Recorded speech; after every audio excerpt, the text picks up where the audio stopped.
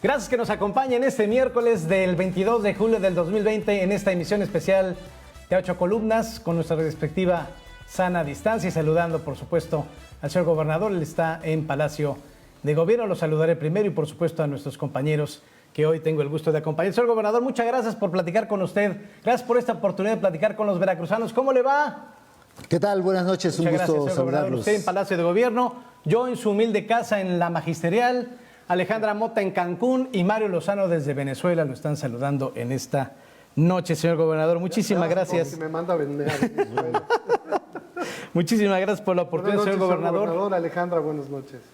¿Qué tal? Muy buenas noches a toda la audiencia de A 8 Columnas. Un placer estar con ustedes compartiendo esta emisión. Un saludo a usted, señor gobernador, y por supuesto a mis compañeros. Mario y Ramsés, será un deleite estar con ustedes platicando esta noche. El gusto es nuestro y es la primera vez que te incorporas, Alejandro, y ojalá sea la primera de muchas. Señor gobernador, hay muchos temas, pero me gustaría empezar con lo último, que si me pudiera usted comentar los resultados de la inseguridad. Hubo una banda de Naulinco que ya la ha desactivado y también parece ser que detuvieron a la exsíndica y 2 hombres en Boca del Río por desaparición forzada. Y también, por si fuera poco, estos 2 empresarios que suministraban apoyo e insumos a la CONADE también ya están detenidos en Poza Rica. La Fiscalía también ha estado haciendo su trabajo y, por si fuera poco, una colaboradora de Ana Gabriela Guevara. ¿Qué me puede decir al respecto de estos asuntos, señor gobernador? Gracias.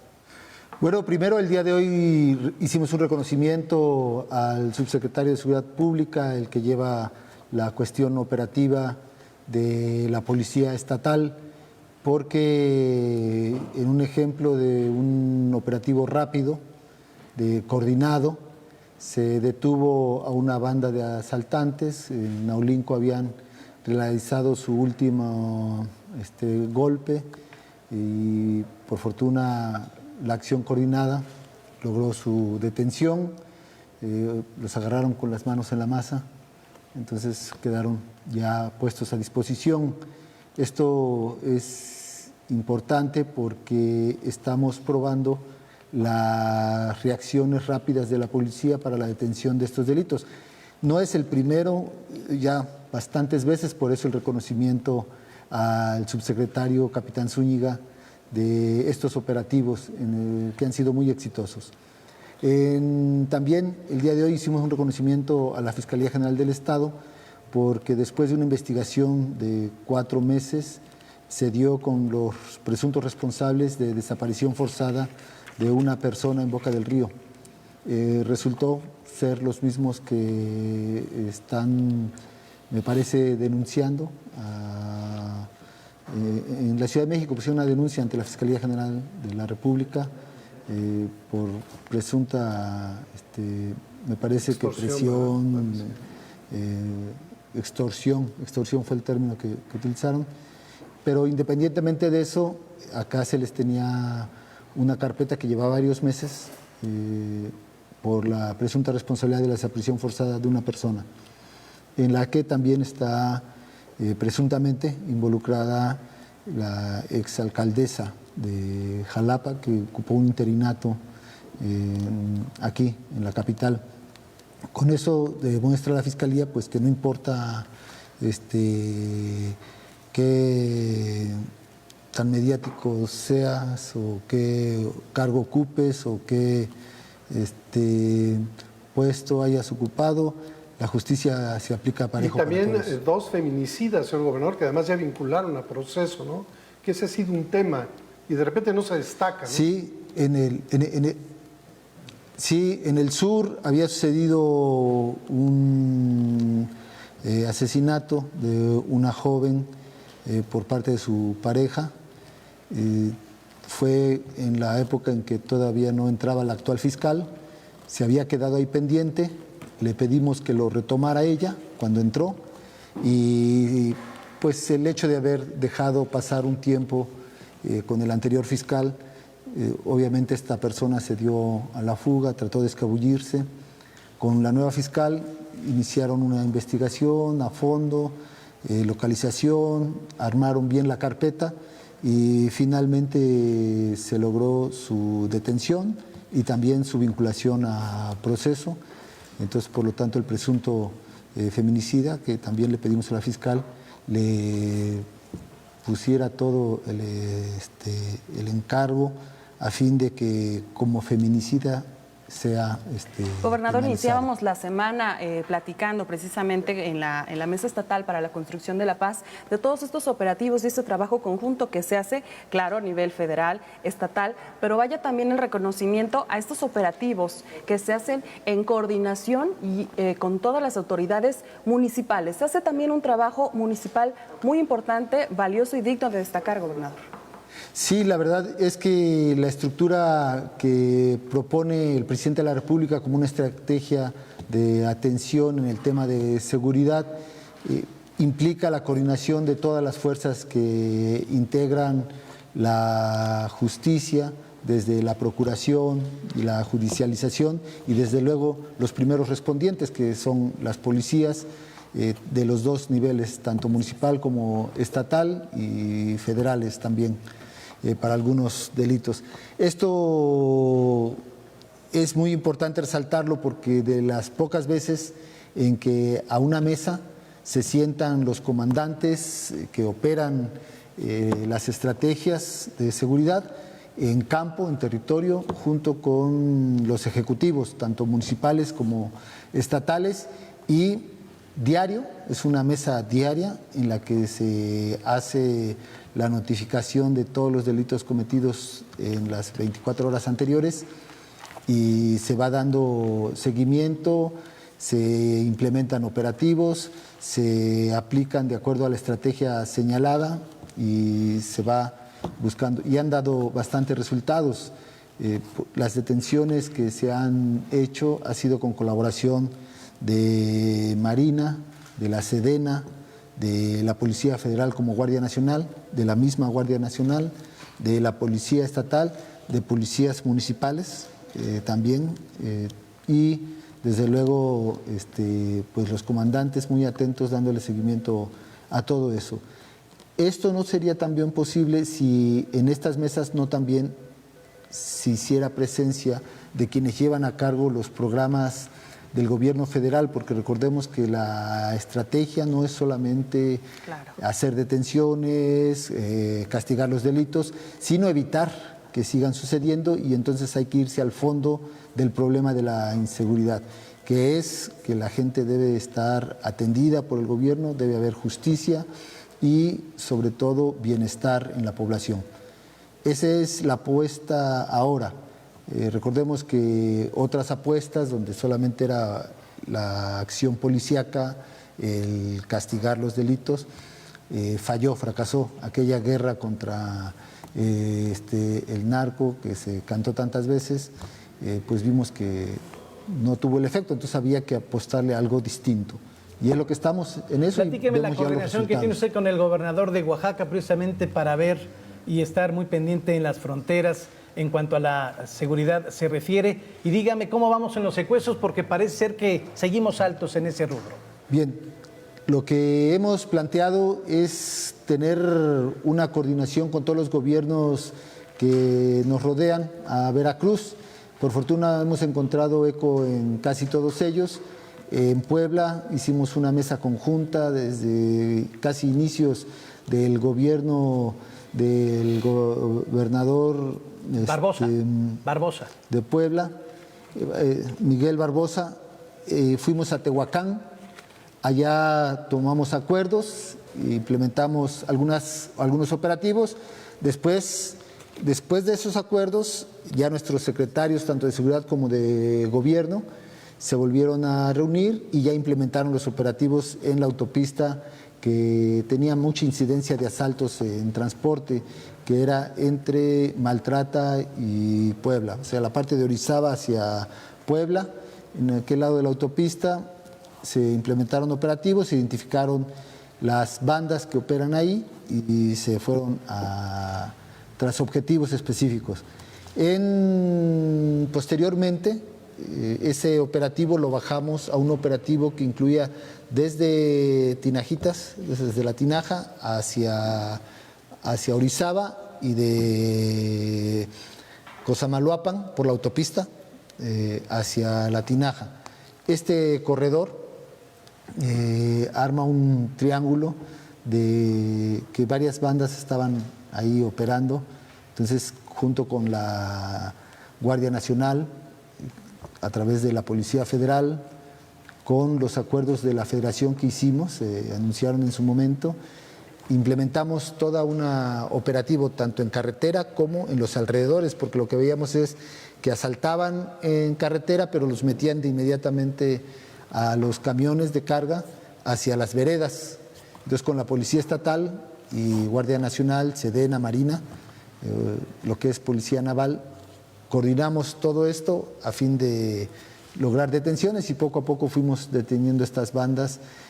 Buscamos la manera de que los transportistas nos ayuden a la denuncia temprana, porque luego sucedía que asaltaban un camión y hasta las 8, 9 horas estaba la denuncia, y por lo tanto pues, con ese tiempo ya era difícil, ¿no?, localizar, les da bastante tiempo para irse a otro estado fácilmente.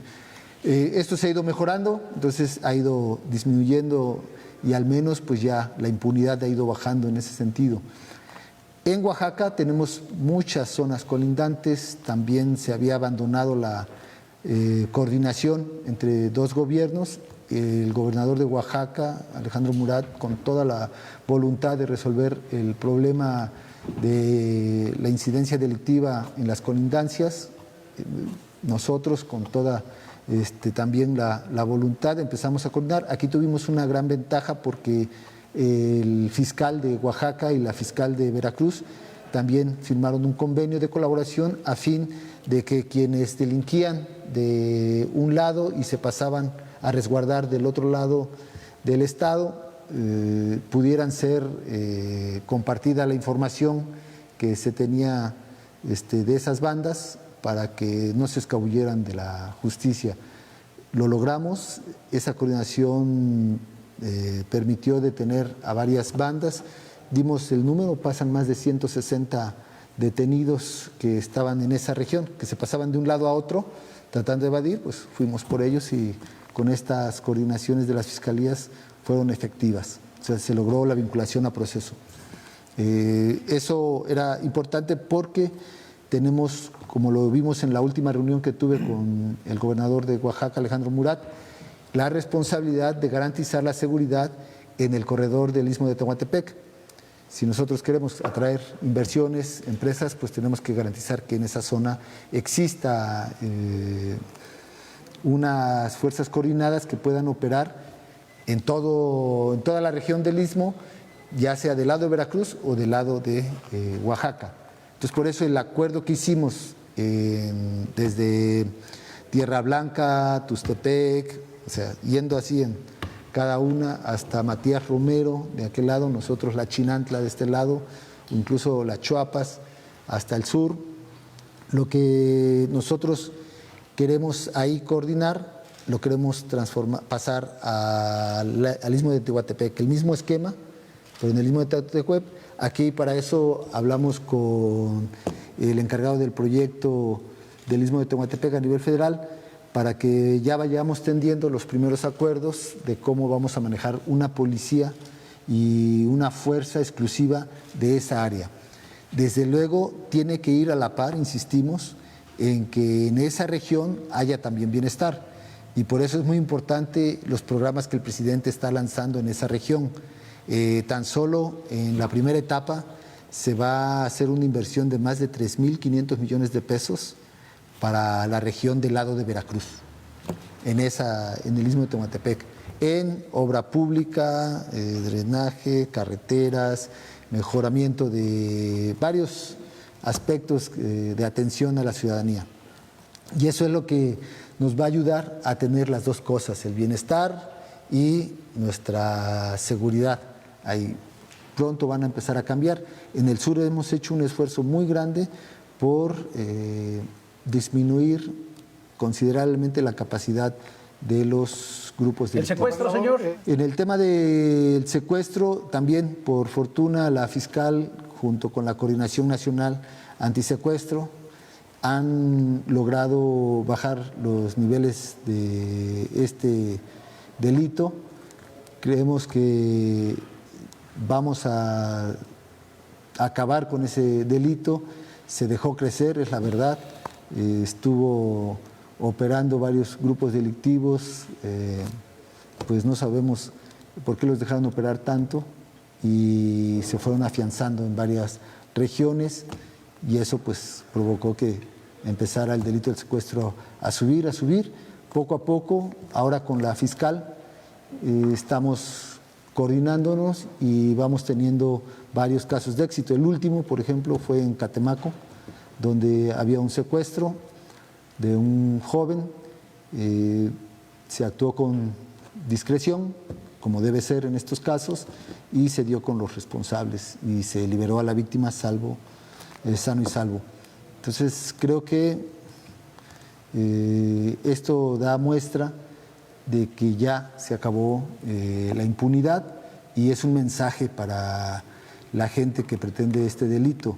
No olvidar que el delito de secuestro puede llegar a más de 100 años de cárcel por las agravantes que lleguen a cometer los presuntos secuestradores. Gobernador, en otro orden de ideas, ¿qué herramienta fiscal va a utilizar para construir más escuelas, más clínicas, más carreteras? Y pegadito a ello, si pudiera ser tan amable, el estado de la pandemia en Veracruz. Sí, bueno, nosotros estamos todavía en semáforo rojo. Estuvimos insistiendo mucho, lo vamos a seguir haciendo, a la población, de que el regreso a la nueva normalidad tiene que ser ordenado, cauto, con mucho cuidado, sin abandonar medidas básicas como sana distancia, lavado de manos. Muchos municipios donde han visto demasiadas aglomeraciones han determinado también el buen uso del cubrebocas, y esto también acompañado de una responsabilidad social por varios sectores, entre ellos el comercio. Sabemos lo lastimado que están, pero es mejor ahora hacer este esfuerzo de una apertura ordenada, de no todos de jalón, de las esenciales primero, después, según el semáforo, vayamos abriendo otras, para que no nos compliquemos las cosas y el retorno a los nuevos colores de semaforización, donde haya más apertura, sean lo más rápido posible. No sucedió así cuando nos habían abierto al semáforo naranja. Observamos que faltó quizá insistir más en la población en qué consistía ese cambio a naranja, que no era la total apertura, que había que hacerlo con orden, y entonces observamos un comportamiento en uno de los parámetros que se miden para la semaforización, que es la ocupación hospitalaria. En aquel entonces se nos disparó del 54%, 58% al 64%. Entonces, alguien dice, no, pues es poquito. No, porque es un promedio. Es un promedio, y en una semana, en 7 días, haber subido tantos puntos implicaba que esa tendencia era hacia el alza, como lo fue. Entonces había que actuar de inmediato. Implementamos la última acción de regresar a esta contención de la movilidad para reducir aglomeraciones en 38 municipios, de los cuales en el primer día entraron 32 de inmediato. Después algunos tuvieron que sacarlo por cabildo, algunos presidentes y alcaldesas fueron a cabildos, sus cabildos les plantearon opciones y también entraron. A la fecha, los 38 municipios están trabajando de acuerdo a ese decreto que reduce la movilidad en las cabeceras y en los centros de las ciudades. Esta contención es bajar la tendencia de crecimiento de la ocupación hospitalaria. Y aquí quiero hacer énfasis en algo muy importante. Si nosotros continuamos abriendo camas en hospitales para atender específicamente el coronavirus, no olvidemos que cama que pasemos a atención de COVID le estamos dejando a otra área de atención médica sin esa cama. Es decir, estamos reduciendo nuestra capacidad para atender otras enfermedades. Entonces, no es posible seguir ampliando y ampliando la hospitalización, porque en detrimento pues va la falta de atención para otros padecimientos que requieren hospitalización. Por eso decirle a la gente, nos vimos en esta necesidad, porque no queremos llegar a esos extremos, y también tomamos una medida adicional. De inmediato que ya los teníamos listos, pues empezamos a usar los CAME para que exista menor presión. Hay algo que quizá algunos habitantes no ven, se los comunico, los hospitales, sobre todo los de Veracruz, Jalapa, Coatzacoalcos, Poza Rica, Tuxpan, están en una situación muy compleja. O sea, no es que cada vez podemos estar abriendo más camas, no, también es una cuestión de personal. Estamos desgastando a nuestros médicos y por eso tenemos que actuar nosotros, la sociedad, ¿sí?, en comprensión de nuestras enfermeras, de nuestros médicos que están en primera línea. Están ahí, están haciendo la lucha, pero debemos ser comprensivos de que eso no puede mantenerse a la eternidad. Hay que empezar a limitarnos, a cuidarnos, a ser conscientes de que los podemos ayudar a esos médicos, ¿cómo? No enfermándonos, no contagiándonos.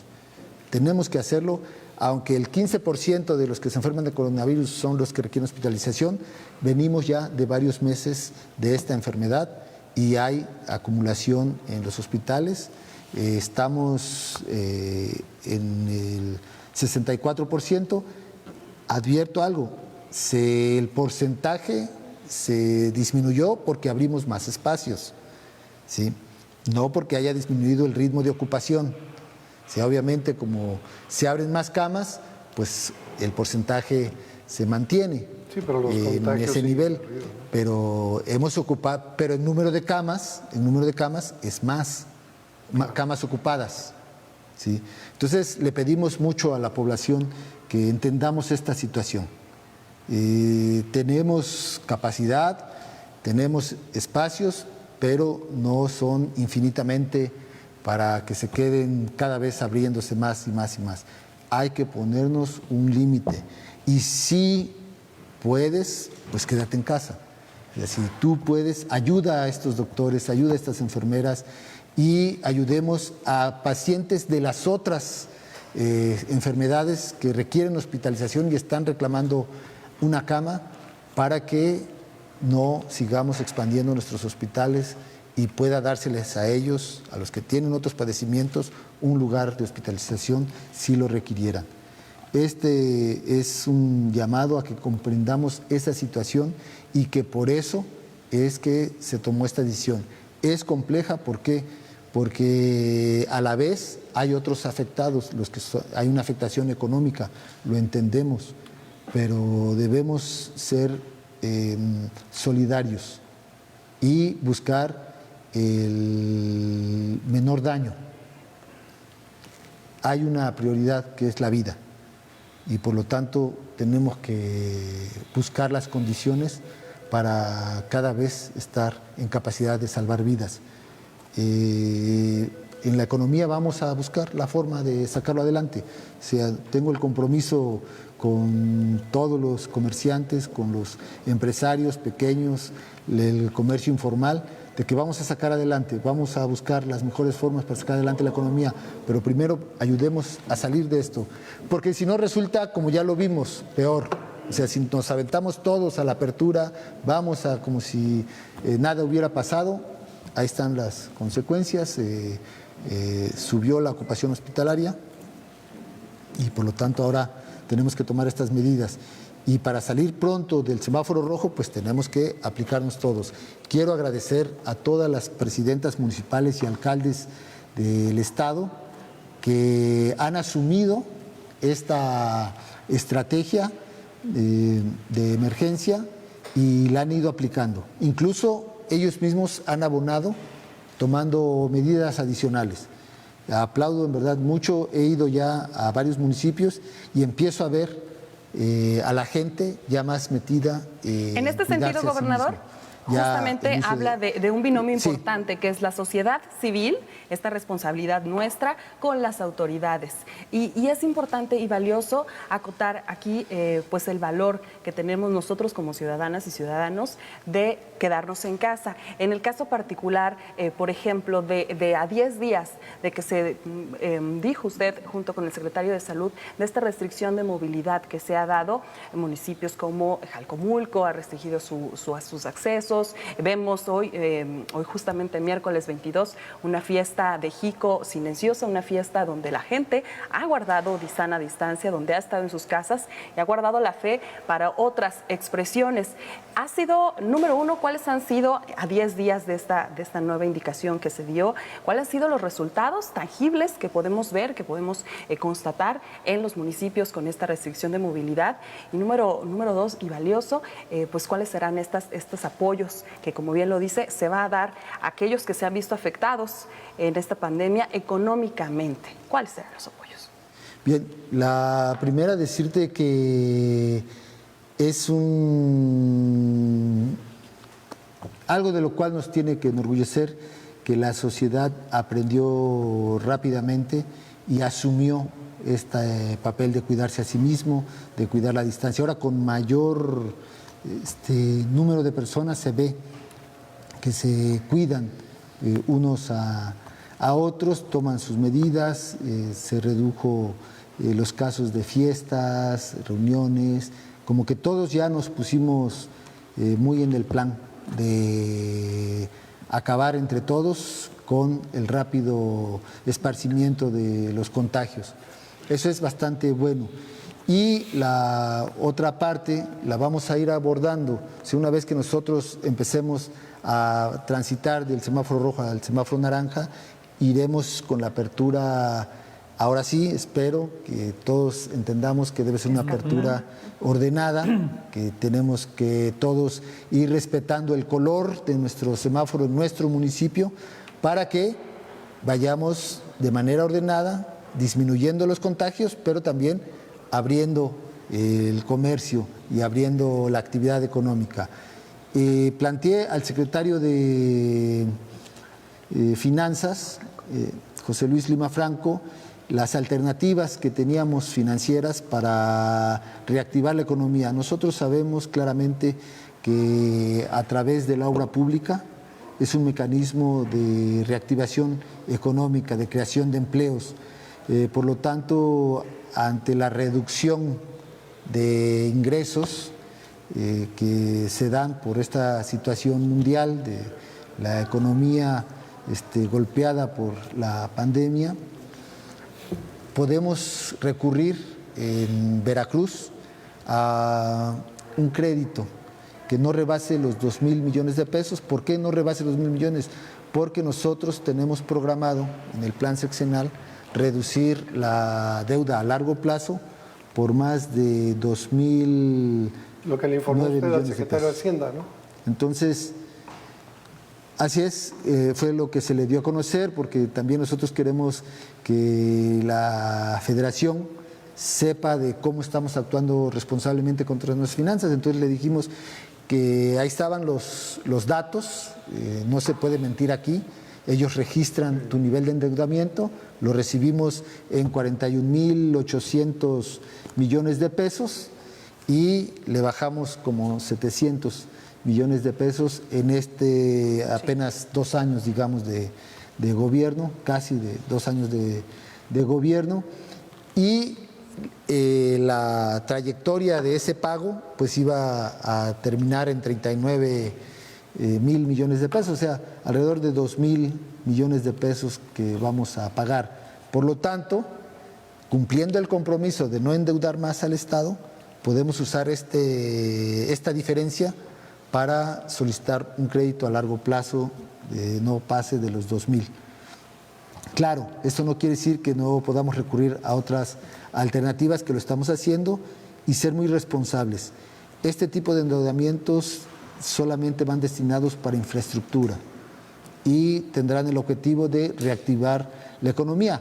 Lo estamos analizando, precisamente por eso el plan se lo presentamos a la Federación, para decirle, este es nuestro plan, ustedes valoren y también díganos, porque no queremos perder la confianza que nos han dado en el buen manejo.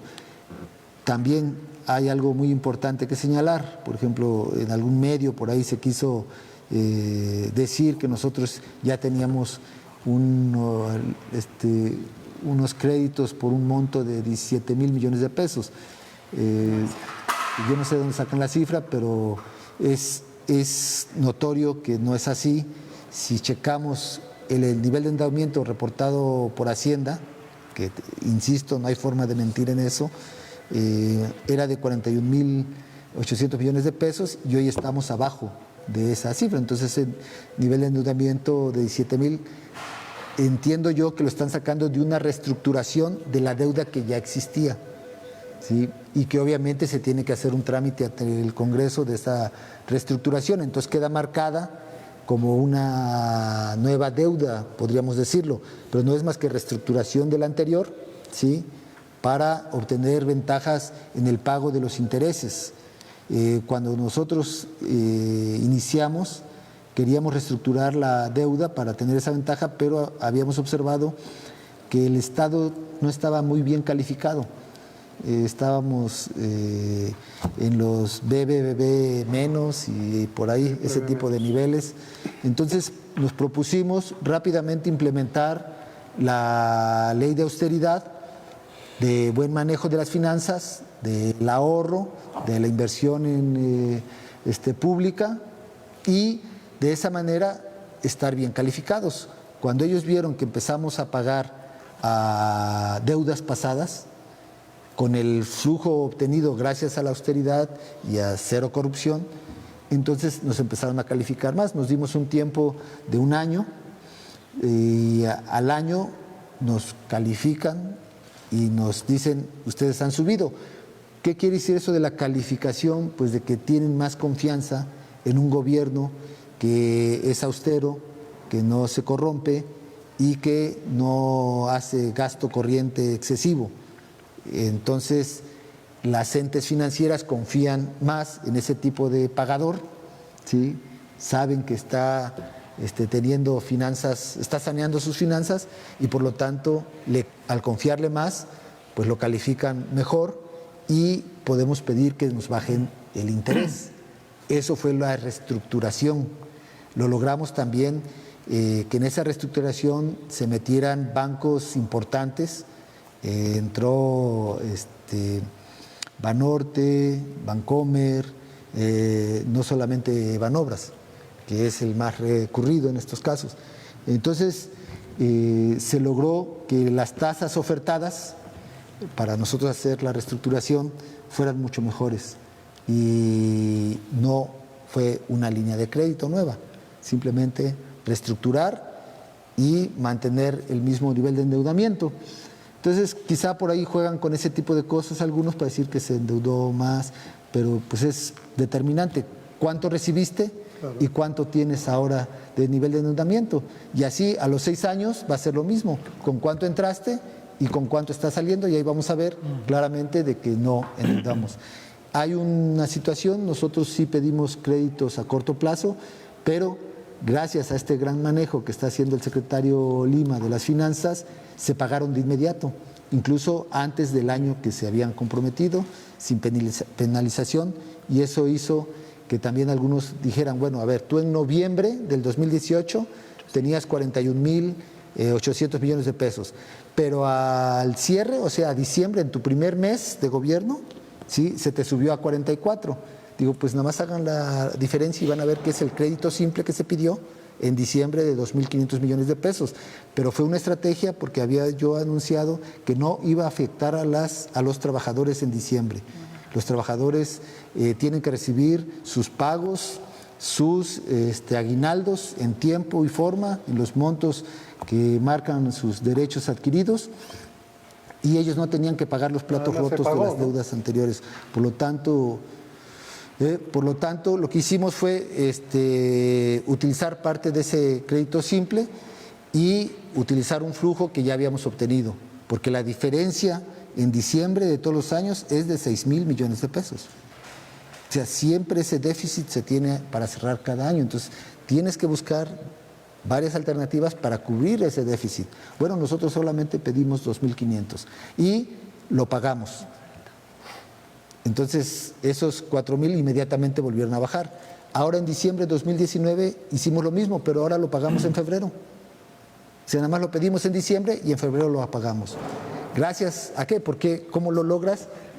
Pues con el buen uso de los recursos. Ya nadie se lo roba, ya nadie se lo lleva a la bolsa y entonces pues tienes flujo de dinero para pagar ese tipo de deudas que se adquieren. Son deudas rápidas, te sacan del problema de diciembre y continuamos con el plan de las finanzas sanas y vamos pagando crédito a largo plazo que pues fueron pedidos. Gobernador, en esta reunión también con el secretario de Hacienda se informó de algo valioso que ya nos decía, de esta, digamos, estrategias de refinanciamiento. Nos platicaba un poco sobre una de ellas, que es esta inversión en carreteras, en escuelas, en centros de salud, pero hay otra que nos gustaría que explicara un poquito a las y los veracruzanos, que tiene que ver con la reestructuración de la bursatilización de la deuda de los municipios. Platícanos un poquito de qué va este tema. Sí. Ustedes recordarán que cuando era secretario de Finanzas Javier Duarte y en el gobierno estaba Fidel Herrera, presumieron que había una alternativa para adquirir una deuda que ellos decían no era deuda, a través de la emisión de unos bonos y meterlos a la bolsa. Dando como garantía algunos impuestos que se cobraban en el Estado, como la tenencia, ¿sí? El derecho vehicular. Se hizo así y se les ofreció a los municipios para que se comprometieran con sus prestaciones, es decir, con las participaciones federales que reciben los municipios, pues se respaldara en dado caso ese tipo de crédito, de deuda. ¿Qué sucedió? Pues que finalmente sí significó una deuda porque fue una emisión que comprometió 1,200 millones de pesos y después de más de una década se deben 200 millones más, o sea, son 1,400 millones de pesos la deuda. ¿Y qué sucede? ¿Y qué sucede? Que los municipios están paga y paga y paga. ¿Cómo es eso de que pagan? Pues simplemente de las participaciones que se comprometieron ya no les llegan completas, les quitan de ahí y ellos ni siquiera lo ven, nada más les dicen, pues sabes que ibas a recibir 100 millones, pues nada más 80, porque 20 son para aquella deuda que tenías. Y así se les va exprimiendo mes con mes durante tantos años y resulta que deben más. Entonces, ante esta situación, buscamos qué mecanismo podría hacerse para que ellos se salieran de ese formato y que el pago que hacen pues implicara también ya pago de la deuda, no solamente pagar intereses.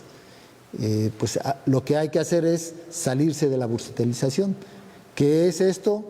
Buscar un crédito por el monto, un crédito normal, ¿sí? Por el monto de la bursatilización y convertirlo a eso. Es una reestructura, eso se le llama la reestructuración, o sea, un cambio de formato para que ahora ya los intereses y bajar los intereses. Esa es otra, porque recuerden que en la bolsa pues ganan muchos, pero pierden los municipios. Entonces, lo que hay que hacer es cambiar esa forma. Si lo logramos, porque esto no es de nosotros, es de los municipios, o sea, los municipios tienen que estar de acuerdo. Nosotros se los planteamos a ellos porque nosotros podemos respaldar la acción, ¿sí? O sea, nosotros seríamos los garantes de esa acción, pero quien los tiene que decidir son ellos. Por ejemplo, doy nada más un ejemplo. Si se logra, para el municipio de Orizaba, por ejemplo, significaría un ahorro de 1 millón de pesos mensuales. Uf, qué bárbaro. O sea, eso es lo que está pagando Orizaba, De intereses, ¿sí? nada Que más. se le quitan de Nada sus más intereses. participaciones por puros intereses.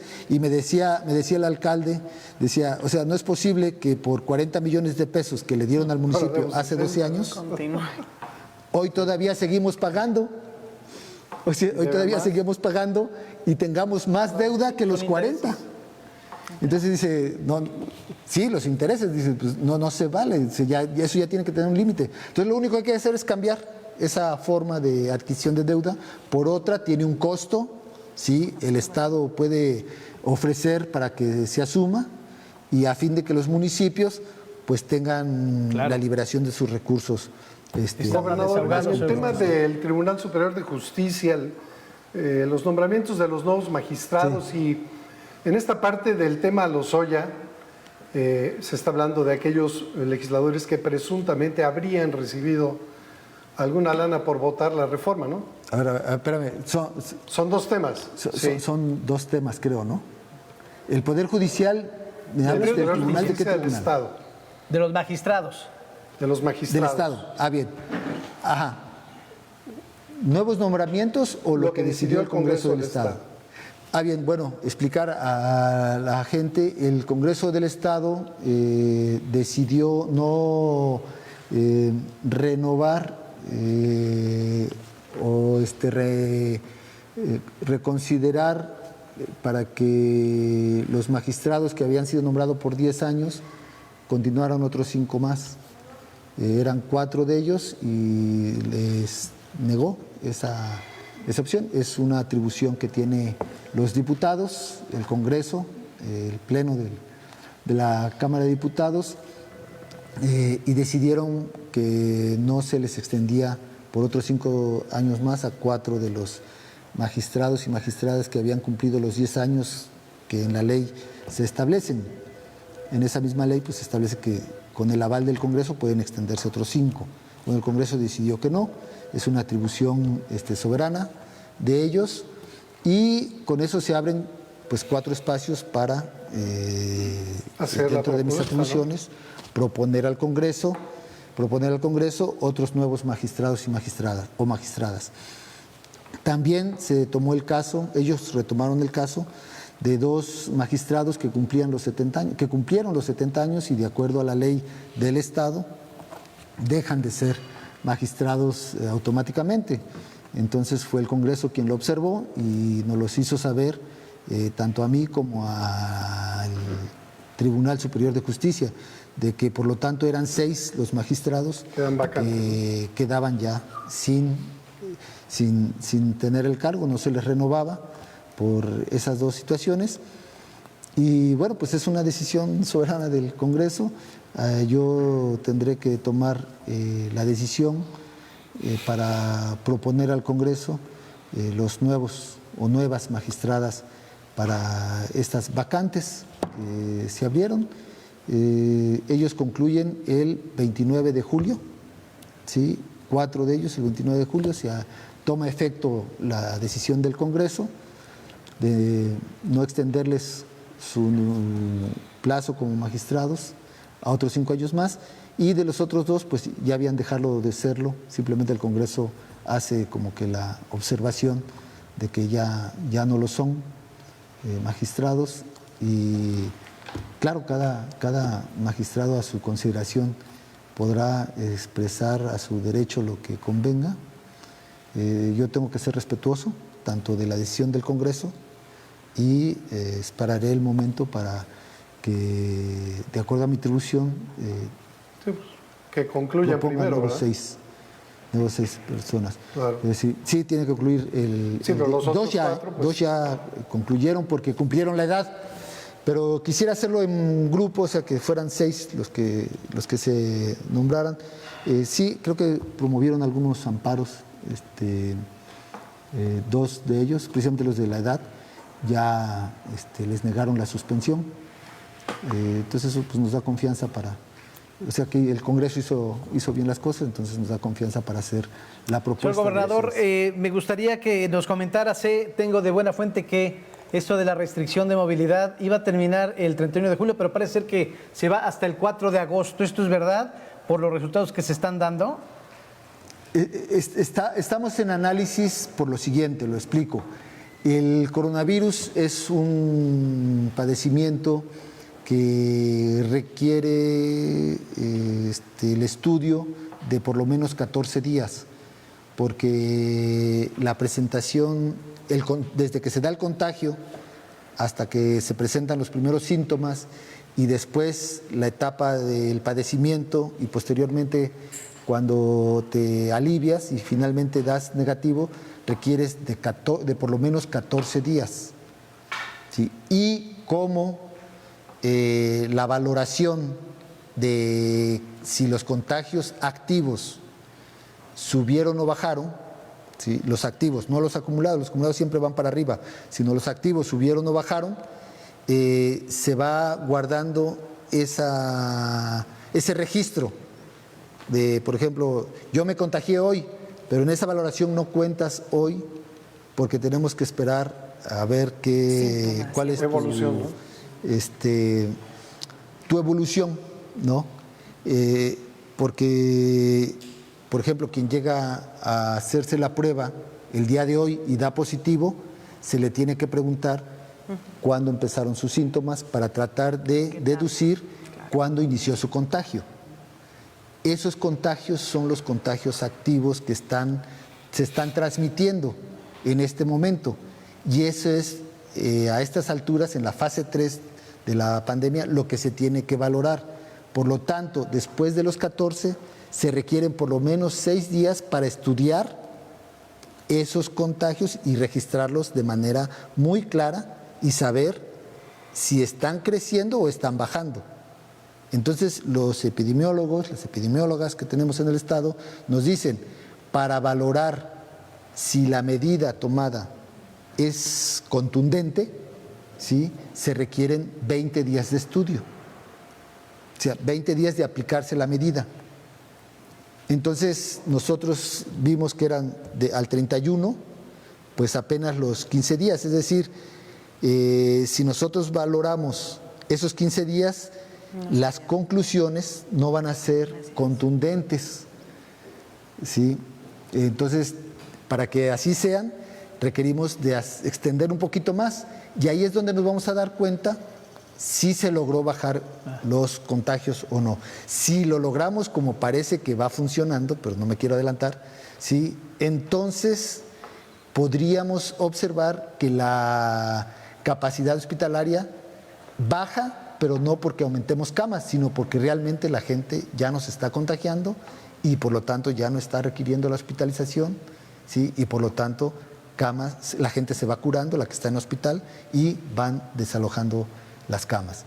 Esa es la tarea, entonces requerimos de esos 20 días. Entonces el día de ayer tuvimos sesión de consejo técnico, ahí me explicaron todo esto y entonces dijimos, bueno, entonces hay que preparar esos 4 días más para juntar los 20. Entonces sería el 31 de julio, el día 1, el día 2, el día 3 y el día 4 de agosto. Además, también una cuestión, es fin de semana el día 31 y es quincena. Entonces no quisiéramos que retiramos las medidas y entonces todos digan, pues ahí te voy, ¿no? Es fin de semana y vámonos otra vez, y entonces volvamos a cometer esta imprudencia de salir todos otra vez de manera desordenada, de manera abierta, todos, sin cuidar las medidas, olvidándonos de que seguimos en semáforo rojo. Entonces, esa es la idea, está en estudio, está en estudio porque también tenemos que analizar el impacto económico. O sea, no podemos ya actuar sin observar el impacto. Se me está agotando mi internet, señor gobernador. Sí, claro, damos prioridad a la vida, pero tenemos que ver todo. El gobierno está obligado a observar todos los aspectos y en estos casos, pues... Nos quedan 2 minutos, Ale Mota. Pues muchas gracias, gobernador. Nuevamente importante reiterarle a la audiencia, a las y los veracruzanos, nos encontramos en semáforo rojo, riesgo máximo y acatar las medidas que la municipalidad decida, como en el caso de Jalapa, en el caso particular, las multas que vienen a los comercios y, por supuesto, también a todas las personas que no portemos el cubrebocas. Gobernador, reiteramos, cuidarnos, quedarnos en casa y nosotros haremos lo propio. Un gusto saludarlos a todos. Vamos a seguir viéndonos. Gracias por la oportunidad de compartir las respuestas, ustedes de hacer las preguntas Claro. que la gente pues está tratando de indagar, y también proponer lo que... Mario, un minuto. ¿Cómo vamos? Gracias, gobernador. Solamente preguntar, se me quedó la otra pregunta. Con todo este tema de los sueños se ha hablado de legisladoras y legisladores que en su momento aprobaron la reforma energética y con una carga de que pudieran no haberlo hecho necesariamente por convicción. Ahí aparece, entre otros, el actual alcalde de Veracruz. ¿Qué opinión le merece? Mira, yo tengo que ser institucional. No olvidemos que la FGR acaba de decir que Lozoya todavía no ha presentado formalmente, Perfecto. ministerialmente, Declaración. Muy lo bien. que tenga que decir. Es Sí, entonces especulaciones. pues son especulaciones hasta el momento. Sabemos la historia, la verdad es que sabemos la historia, se está ahí registrada, pero ya para señalar... Señor yo no me gobernador, atrevo muchas porque yo gracias. soy Nada más la- rápido, ¿cómo está el señor secretario? ¿Bien? ¿El secretario Cisneros bien? Sí, yo diario he tenido comunicación con él, pues una cosa es lo que se dice en los medios, pero estuvimos en contacto siempre. Claro que él está obligado a Muy bien. atenderse como todo ciudadano, de resguardarse Así en es. casa, Muy mantener bien. la distancia, pues ahora está contagiado, entonces sí tuvo que seguir las indicaciones médicas a fuercitas, Así aunque es. se sintiera muy bien y muy fuerte. Digo, Muy bien. el médico, lo que Gracias, te señor diga el gobernador. médico Se es me acabó el primero. 20 del internet. Gracias. En otro momento estaremos platicando con usted. Muchas gracias. Buenas noches, Gracias. gobernador. Buenas noches. Un gusto. Gracias, Ale. Gracias, gracias. Mario. Y gracias a usted. Muy buenas noches.